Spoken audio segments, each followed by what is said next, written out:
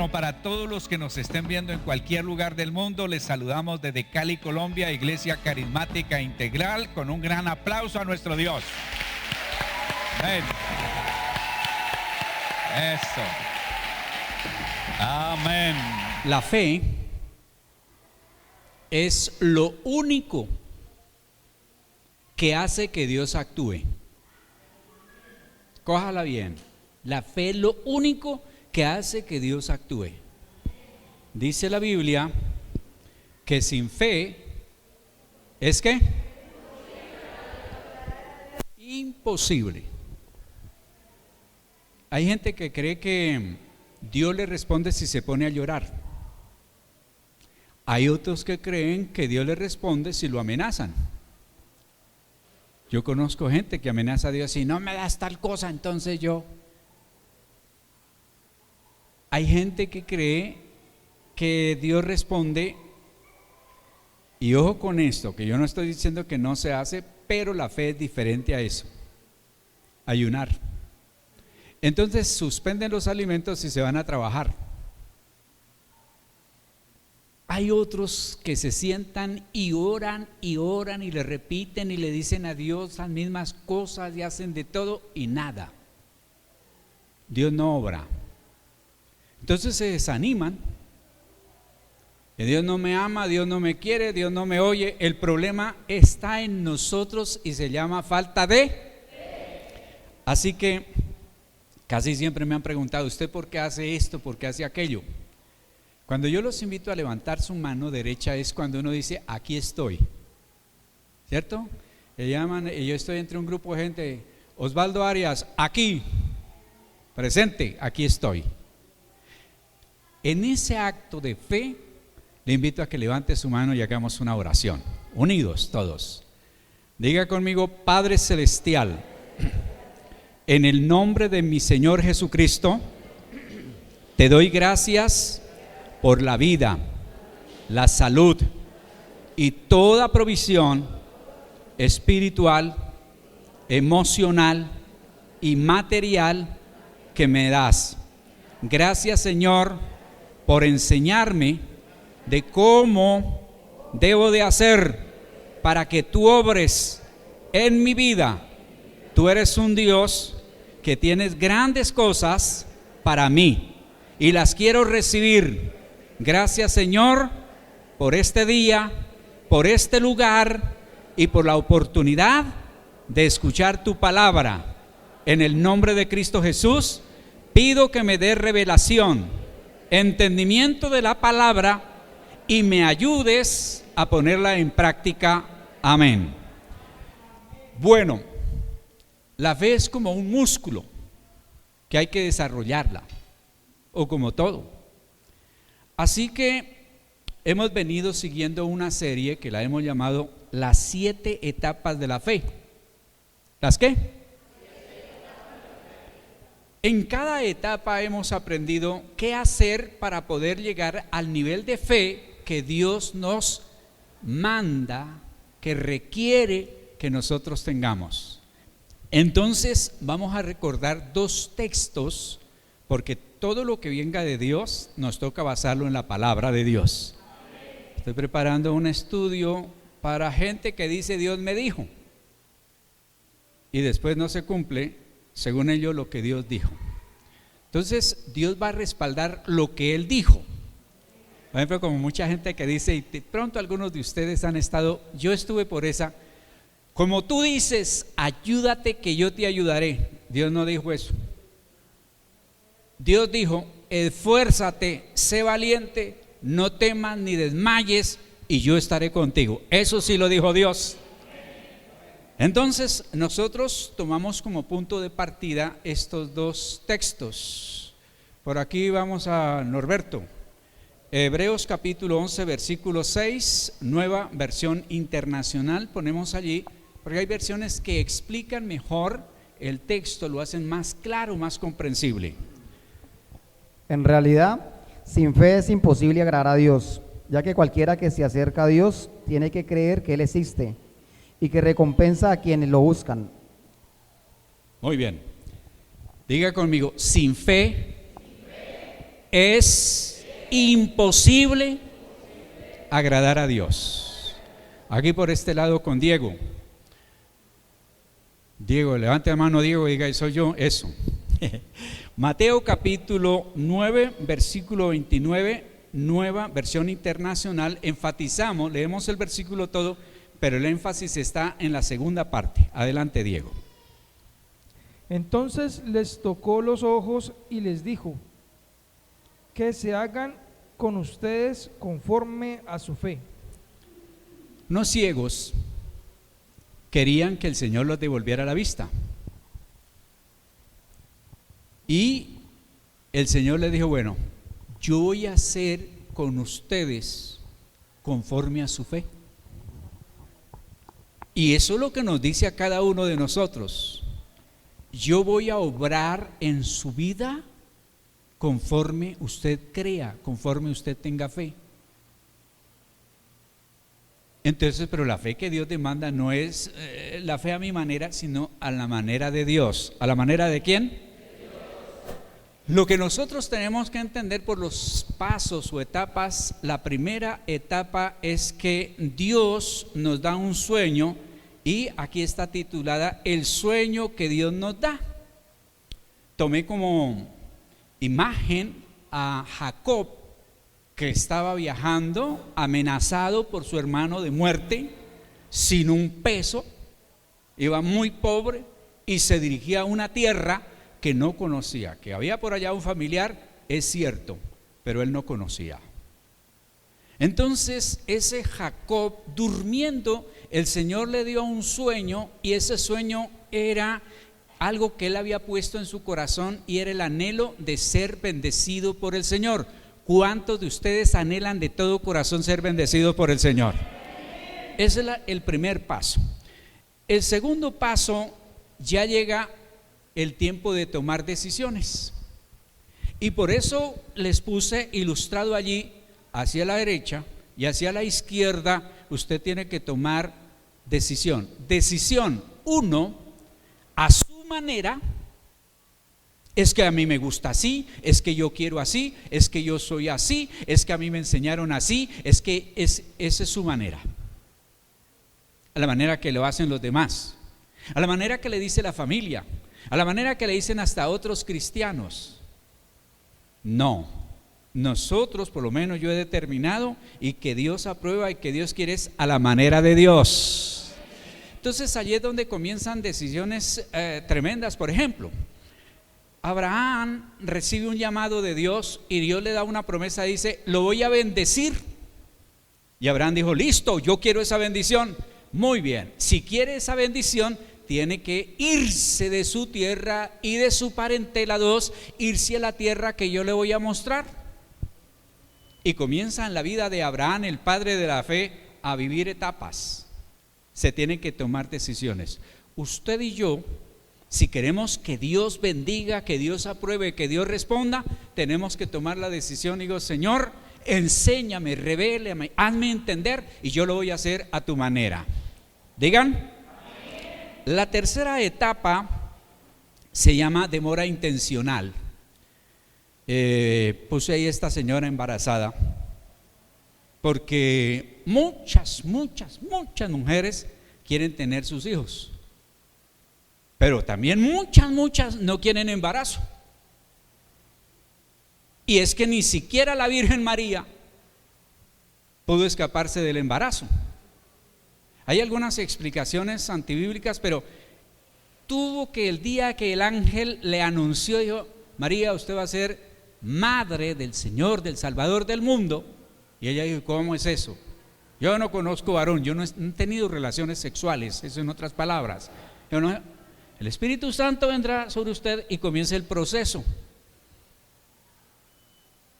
Y ella ya estaba embarazada y se miraba, estómago, barriga, como le digan ustedes, panza en Argentina, y tuvo que esperar 9 meses. Dicen las que han tenido hijos que conforme va pasando el tiempo va entrando una angustia, y he oído que se hinchan, que se ponen mal, que no sé qué, tanta cosa, hay una cuestión, hasta que llega el día en que nace el niño y las cosas cambian. Bien. Entonces en la fe hay demoras, escuela, exámenes y cosas que Dios los va a alargar o los va a cortar dependiendo de la actitud que usted y yo tomemos.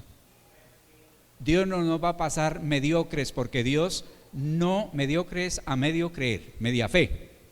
No se enojen. Dios no tiene escuelas de mediocres. Dios no tiene escuela para tramposos que se saltan los procesos. Dios no aprueba esas vivezas. ¿Ustedes recuerdan la publicidad del Vivo Bobo? A ver, ¿quiénes la recuerdan? Levanten la mano, el Vivo Bobo. Oiga, no hay sino poquitos de mi época. Bueno, el Vivo Bobo es el que se va colando en la fila, haciéndose el que saluda, el que no sé qué, mira para otro lado y se le mete. Y eso hizo mucho efecto, porque hasta ganó un premio internacional esa enseñanza. En el Señor no hay vivos bobos, hay bobos que se creen vivos, pero no los hay. Entonces, que el tiempo de Dios, algunos demora una petición y demora, y que no estoy esperando el tiempo de Dios. El tiempo de Dios lo determina usted y lo determino yo, conforme vaya entrando a algo que agrada a Dios y se llama fe, pero la fe la muestro obedeciendo. ¿Qué haciendo? Bueno, entonces viene otra etapa. Y ustedes dirán, pero ¿por qué es que como que Dios la va complicando? Y se llaman dificultades. ¿Cómo se llama la quinta? ¿A quién de ustedes les gustan las dificultades? Levante la mano. Pero son necesarias. Para poder crecer en la fe, son necesarias. Necesarias. No hay crecimiento sin dificultades. ¿Por qué le plació a Dios? ¿Por qué ese método? Porque no hay otro método. Ninguno que reciba regaladas las cosas las cuida, las valora, le da la importancia. Por eso muchos papás y mamás, menos mal que cuando estemos en el cielo el Señor no permite que tengamos comunicación ni sepamos lo que está sucediendo en la tierra. Si nosotros supiéramos lo que está sucediendo en la tierra y tener comunicación, sería realmente un problema, porque no podríamos disfrutar del gozo. Pero muchos se matan trabajando, acumulando riqueza, acumulando cosas, y a veces insignificantes, para que los hijos se agarren, se maten y se vuelvan enemigos unos con otros. No les dieron estudio, no les dieron lo que tenían que darle, no les enseñaron a trabajar, no los enseñaron a luchar, y después entonces lo único que quedan es, ahí tienen ustedes la muestra de esa cadena de almacenes. No puedo decir porque esto se va ya y ya. ¿En qué terminó? Y ahí hay otro poco de empresas que son ejemplo para que usted le diga a Dios: Dios, ayúdame a entender entre acumularle a mis hijos o no sé a quién, invertir en la obra tuya, donde las almas se salven, donde las personas conozcan del Señor. ¿Qué es más importante y dónde voy a tener mayor respuesta, resultado, recompensa? Pregúntenle a Dios. Sé que esto trae fuertes silencios. ¿Les ha pasado a ustedes que tienen alguna dificultad, necesidad, cosa, y oran y como que se empeora? ¿A quiénes les ha pasado? Levanten la mano. Si estoy entre terrenales. Eso lo usa Dios. Y ahí es donde uno tiene que conocer quién es Dios, para decir: yo sé a pesar de todo, como Job, que lo había perdido todo y dije: yo sé que mi Redentor vive y que si me muero al fin de los tiempos me resucitará. Y Job no había oído ni había visto a nadie resucitado, porque es el primer libro en la Biblia que se escribe. Entonces, ahí están las dificultades. La quinta, por favor, la quinta etapa es callejón sin salida. Como que se agudiza, como que se empeora. En este momento del callejón sin salida, que ahí está ilustrado cuando uno va, lo van persiguiendo y de muerte y de todo, y se encuentra y dice, es que no tengo dónde escapar. Es cuando ya no hay manera alguna de salir del problema. No hay situación, se acabó toda esperanza. ¿Usted cree que, por ejemplo, para una persona que le dicen, usted tiene 40 años, pero le queda un mes de vida, ¿qué? Y no hay nada que hacer? No.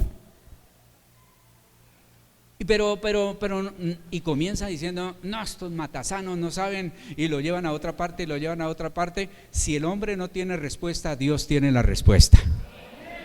Y lo que hace que Dios actúe en nuestra vida se llama fe. ¿Cómo se llama? Fe. ¿Y por qué Dios permite estas etapas? Porque en cada una de estas etapas vamos aprendiendo. Por ejemplo, aquí aprendemos que no hay salida, que uno toma decisiones raras, que toma actitudes extrañas. Todo esto lo estoy haciendo como un repaso. Y aquí está lo que tanto nosotros anhelamos y deseamos, y es la liberación. Diga, Señor, yo deseo liberación de este problema que tengo.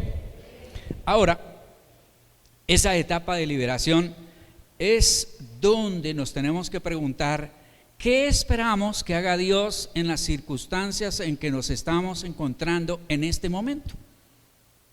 Es donde tomamos como decisiones muy difíciles. Bueno, pues algunos, al ver que llega al callejón sin salida, simplemente se van de manos caídas. En el ardor de los boxeos botan la toalla. De los soldados se vuelven desertores, abandonan. Muchas cosas se van.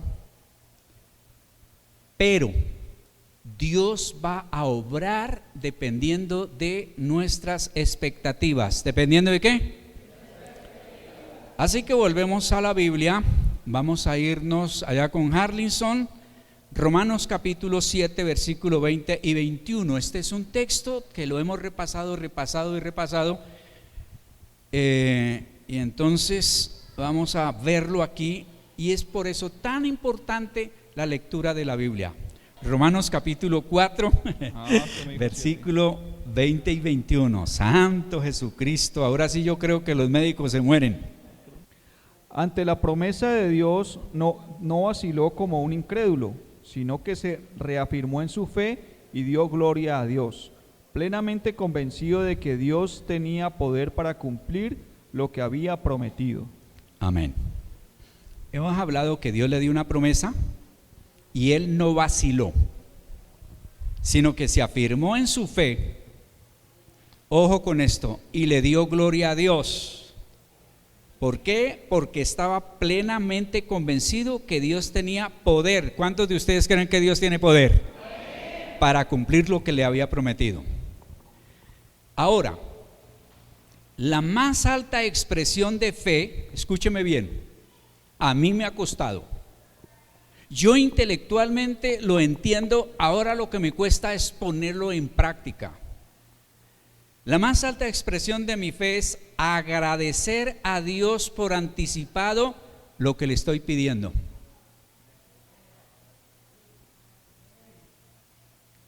Escúchelo bien.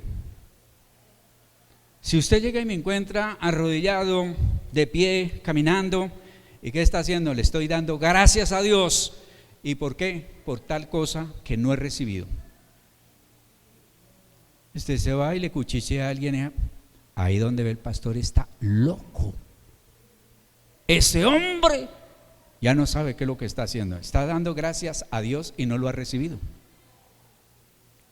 Yo les he contado a ustedes lo que pasó con un hermano que estaba dando testimonio. Dijo, yo le doy gracias a Dios y doy testimonio de que el Señor me regaló una casa. Y terminamos. Y Jorge, se llama el Jorge. ¿Dónde queda su casa y las llaves de su casa? Dijo, no, es por fe. Y yo me enojé, lo regañé. Menos mal que el hombre era mayor que yo, más maduro y entendía las cosas. Se cayó. Y yo salí refunfuñando, es que por eso es que no hay creyentes, porque andan diciendo mentiras, no, mejor dicho. En la siguiente reunión, porque estudiábamos y nos hacían un devocional, terminamos nuestra reunión y sacó el llavero y dijo: aquí están las llaves de la casa que me regalaron anoche porque yo creí. Y yo, bueno, sí, pero entonces, si esperamos hasta después de que ocurra el milagro, la obra, lo que Dios hace, eso se llama gratitud, pero no es fe. ¿Qué agrada a Dios? ¿La gratitud o la fe? Gratitud es dar gracias a Dios por algo que ya Él hizo, pero fe es darle gracias a Dios por lo que todavía no ha hecho. A ver por aquí, don Abelardo Pérez, Mateo capítulo 11, versículo 14, en la Nueva Versión Internacional, si es posible. Esta parte es bien importante, subráyela, márquela. Debíamos de acostumbrarnos en una hoja o en una cartulina, sacar ciertos textos, ponerlos en nuestra nevera o en la puerta de la casa o en algún lado donde nosotros como que, por eso les digo, crean que ya han recibido todo lo que están pidiendo en oración y lo obtendrán. Les digo, no me ha sido fácil, porque en alguna necesidad, alguna situación comienza: Señor, te doy gracias por, y ahí está la situación. Abraham, usted sabe que pasó un poco de años y Dios lo iba tratando hasta que finalmente a los 100 años llegó el hijo. Pero uno de los casos así rápido para mirar está lo de Lázaro. La casa de Marta, María y Lázaro es como, para el Señor Jesús es como la casa de, estos ya son más, Antonio, Lucy y Marta. Para mí, llegaba sin previo aviso. Así que Lázaro se convirtió en alguien muy especial, o esta familia, para el Señor. Pero Lázaro se enfermó y le mandaron la razón al Señor que Lázaro estaba enfermo grave, que fuera a sanarlo. El Señor estaba a 9 kilómetros. ¿A cuánto? Nosotros caminamos así, paso, 5 kilómetros por hora. Así que el Señor se hubiera gastado, póngale ahí con los discípulos, 3 horas en llegar. Pero se demoró 3 días. Y cuando llegó, por supuesto que le hicieron el reclamo y le dijeron: no, Lázaro, ya está muerto.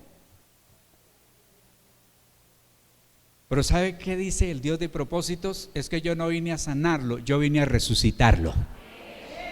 Y uno dice: ¿ya para qué? Dios siempre tendrá una razón para actuar. Y al Señor le tocó esperar que Lázaro estuviera muerto ya más de 3 días, porque los judíos pensaban que una persona podía quedar ese estado cataléptico y que luego entonces se despertaba, y él decía, si lo resucitaba antes de los 3 días, antes de que se estuviera en descomposición, no, ese tenía catalesia. Y por eso esperó hasta que ya estaba. Luego dijo el Señor Jesús: Lázaro, ven fuera. Porque si hubiera dicho: muertos, ven fuera, se le levantan un poco. Pero era específico para Lázaro, como Dios tiene milagros, sí, intervenciones específicas para cada uno de nosotros. Y nosotros tenemos que llegar a creer y a ver que Dios, en todo lo que nos ha sucedido, ¿cuántos creen que Dios los ama? Y uno se pregunta, pero no le vaya a pasar como cuando yo era chiquito y me castigaban y yo decía: no, mi papá me odia. Tuve un padrino y el padrino le gustaba hablar con los niños y preguntarles, ¿qué es lo que usted más desea en la vida? Y el uno decía, yo quiero ser policía, bombero, aviador, no sé qué más, porque éramos bastante niños. Me preguntan a mí, ¿y qué es lo que usted más quiere en la vida? Y es que mi papá se muera. Mi padrino casi se cae al piso del susto tan tremendo, y yo me reafirmé. Y me preguntan, ¿por qué? Él no me quiere. Él me pegó y me da unas buenas bueteras, solamente en unas 2 o 3 ocasiones injustamente, todas las demás con mucha justicia. Lo que le agradezco hoy día, yo agradezco a mi padre que me castigó a tiempo. ¿Ustedes agradecidos con sus papás por que lo castigaron a tiempo? ¿Cuánto? Levanten la mano a ver. Algunos que son todos. Yo le agradezco a mi papá. No entendí. Entonces, alguien me preguntó, ¿por qué Dios lo mete a uno en el callejón sin salida? Aquí está la respuesta en segunda carta a los Corintios, capítulo 1, versículo 9 y 10. Voy a leerla porque si no ustedes después me leen otra que no es. Por eso sucedió, para que no confiáramos en nosotros mismos sino en Dios, que resucita de los muertos. Él nos libró y nos librará. En Él tenemos puesta nuestra esperanza y Él seguirá librándonos. La vida del apóstol Pablo, que fue al tercer cielo, que vio a Jesucristo resucitado, que tuvo experiencias tremendas, el Señor lo llevó a un momento donde estuvo a punto de morir. Es más, en una vez lo apedrearon y creyeron que estaba muerto.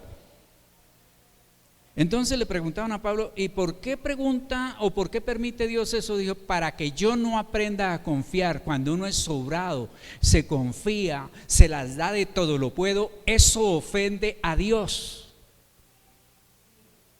La palabra nuestra debe ser muy de corazón, si Dios lo permite, si Dios me presta la vida, porque ninguno de ustedes, ni yo, ni nadie podemos asegurar que mañana a esta hora nos vemos, si Dios lo permite. Si Dios lo permite. Entonces, Dios nos lleva a ese momento tan tenaz para mostrar su poder y su gloria, y aprendamos a confiar en Él. ¿Para que aprendamos qué? Entonces, el propósito de ese callejón sin salida es enseñarnos a confiar en Dios, obligarnos a que tenemos que aprender, así como nuestros niños tienen que aprender, nosotros también. Pero hay 3 cosas que Dios hace al sacarnos de ese callejón sin salida, y entonces le damos gracias a Dios y Dios nos ayuda. La primera liberación que Dios usa es circunstancial. Pónganle cuidado a eso de la forma en que Dios va a utilizar para sacarnos del problema. La primera se llama ¿qué? Circunstancial.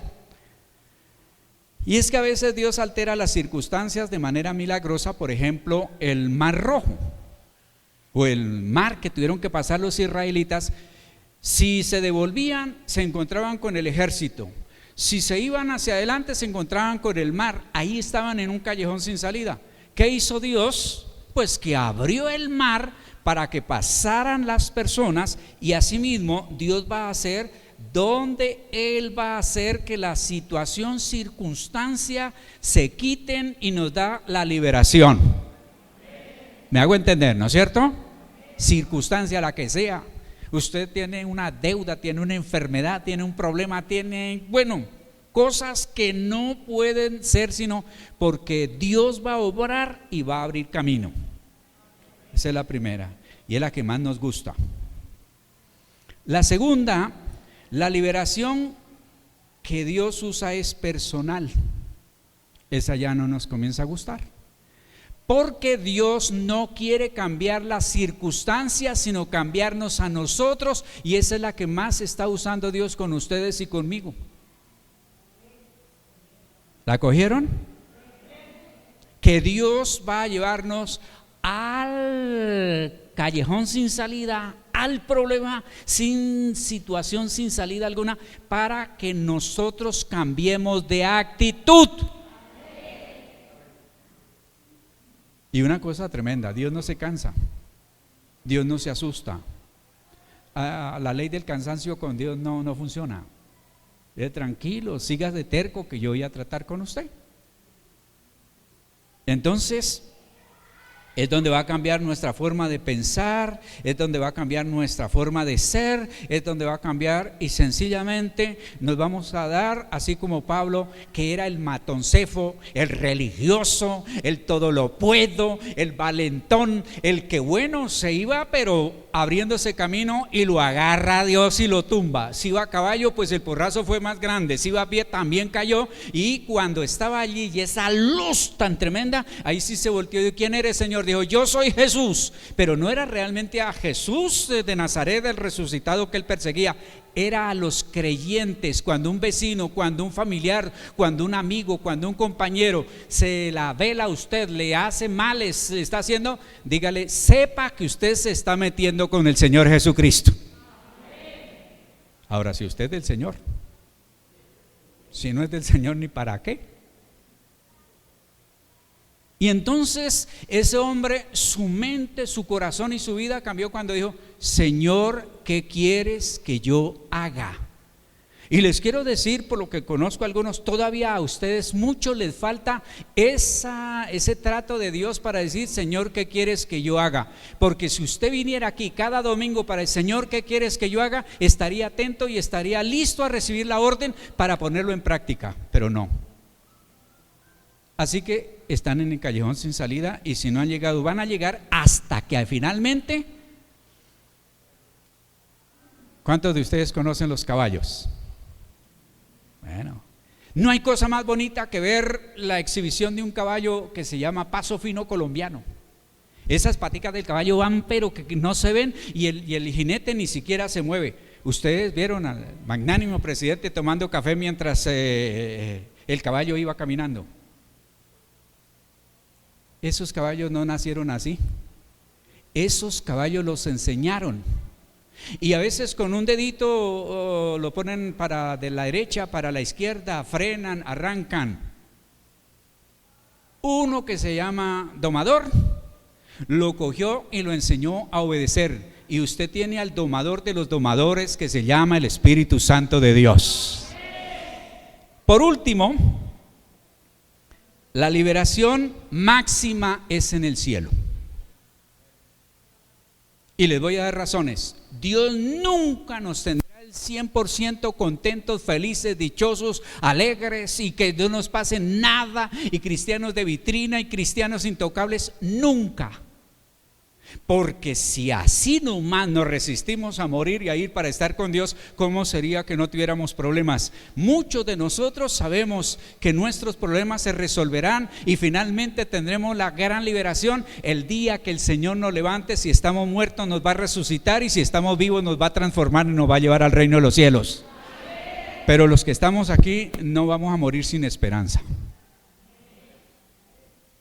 Bueno, lo que no se soluciona aquí se va a solucionar en el cielo. La enfermedad, en el cielo no va a haber enfermedades, en el cielo no va a haber dolor, en el cielo no van a haber tantas cosas que nos agobian.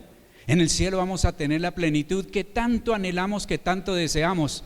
Por eso, la primera es circunstancial, Dios va a quitar los estorbos, los problemas. La segunda, Dios quiere que nosotros cambiemos de actitud, y la tercera, nos toca esperarnos hasta llegar al cielo. Termino con esto para que no se les olvide. Esto para con los casados. Si usted está casado, y esta mañana escuché una predicación, disfrute y goce, alégrese de su esposa o de su esposo. ¿Y por qué? Porque en el cielo no va a haber matrimonios. Yo les entiendo ese silencio. Y si usted está teniendo problemas que ni para qué hablar, que mejor dicho, nos mostraron hace el jueves un erizo que deseaba ser amado, abrazado y de todo, pero ese erizo al que se le arrimaba le ponía su puyazo, lo espinaba. Bueno, muchos son como erizos. Yo no digo que usted se escapa, pero finalmente le taparon las espinas y lo pudieron abrazar. Los que están casados tienen problemas, tienen dificultades, tienen roces, no se separen, porque en el cielo no hay matrimonio. Pónganse de pie, por favor.